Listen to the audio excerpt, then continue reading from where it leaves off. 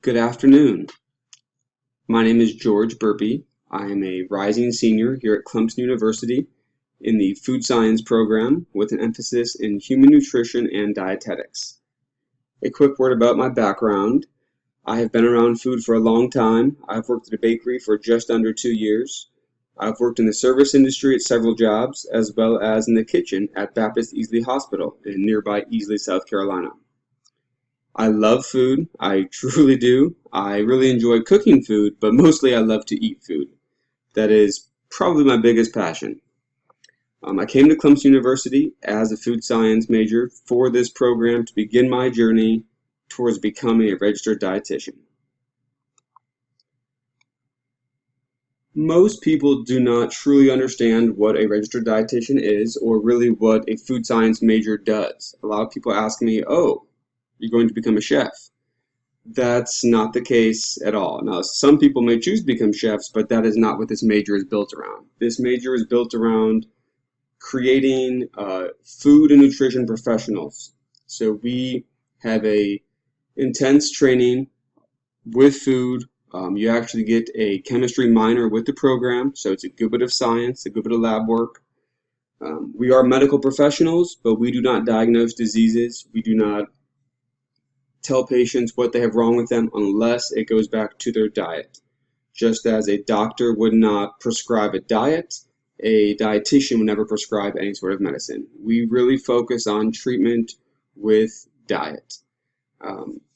And part of that curriculum I mentioned towards becoming a registered dietitian, it's really a three-phase process. It's not three equal phases in the amount of time you put towards it, but it's a true three phases.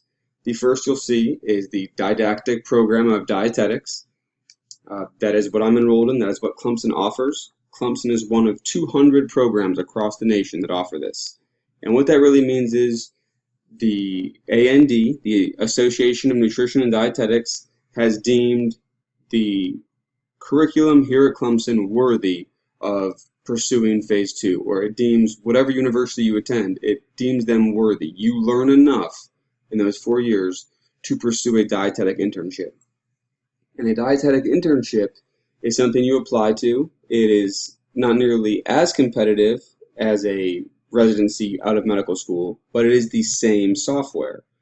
So you will apply to schools across the country, and you will rank them 1 through 3, 1 through 5, it's up to you. The schools themselves or the hospitals themselves will rank all of their applicants. And neither party knows what the other is thinking. Neither knows how the other party ranked them. And that's why I say it's like the medical school matching process for residencies.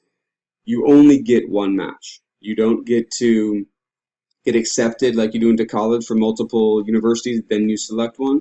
You only get one match. So phase two, once you get matched, if you get matched to a dietetic internship, it's actually a 1,200-hour internship. Most are unpaid, where you get great on-the-job training, where you will actually deal with patients directly. You have full patient contact in those 1,200 hours. Then, if you do complete your dietetic internship, you actually go on to pursue a place at the National Registered Dietitian exam. And that was the third bullet on the previous slide. We'll jog back. That third bullet in the bottom is the National Registered Dietitian examination. And once you complete that, you are officially an RD. Now, there are some changes on the horizon for all of you that choose to pursue this path. It will no longer be just the 3 stages moving forward in the year 2020. From then on, everyone that chooses to become an RD will actually have to complete the 4-year didactic program we talked about, a master's degree, then the 1,200-hour internship, and then sit for the examination. So as if it weren't hard enough already, what I did not mention to you, the rates have been decreasing, so this is an all-time low, but last year only 49% of students who completed that first phase 1 were even accepted to a phase 2 dietetic internship. It's become increasingly competitive year after year, and what this move towards requiring a master's hopes to achieve is to perhaps weed out some kids more along the way. And the worst case scenario, if you do go complete your master's and you don't get a dietetic internship, at least you're left with a master's in hand. This also serves to make us better employers. We help our patients better because we know more. A lot of master's programs do require research. Now, once you are in the field, this slide will illustrate where you actually may find yourself working. In just 2 years' time, I hope to be completing my dietetic internship and looking for a job. As you can see, the biggest piece of the pie is in a hospital.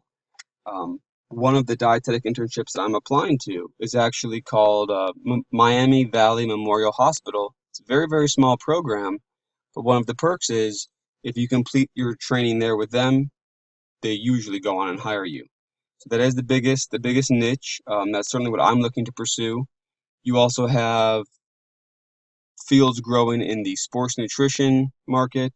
You do have government as we legislate more.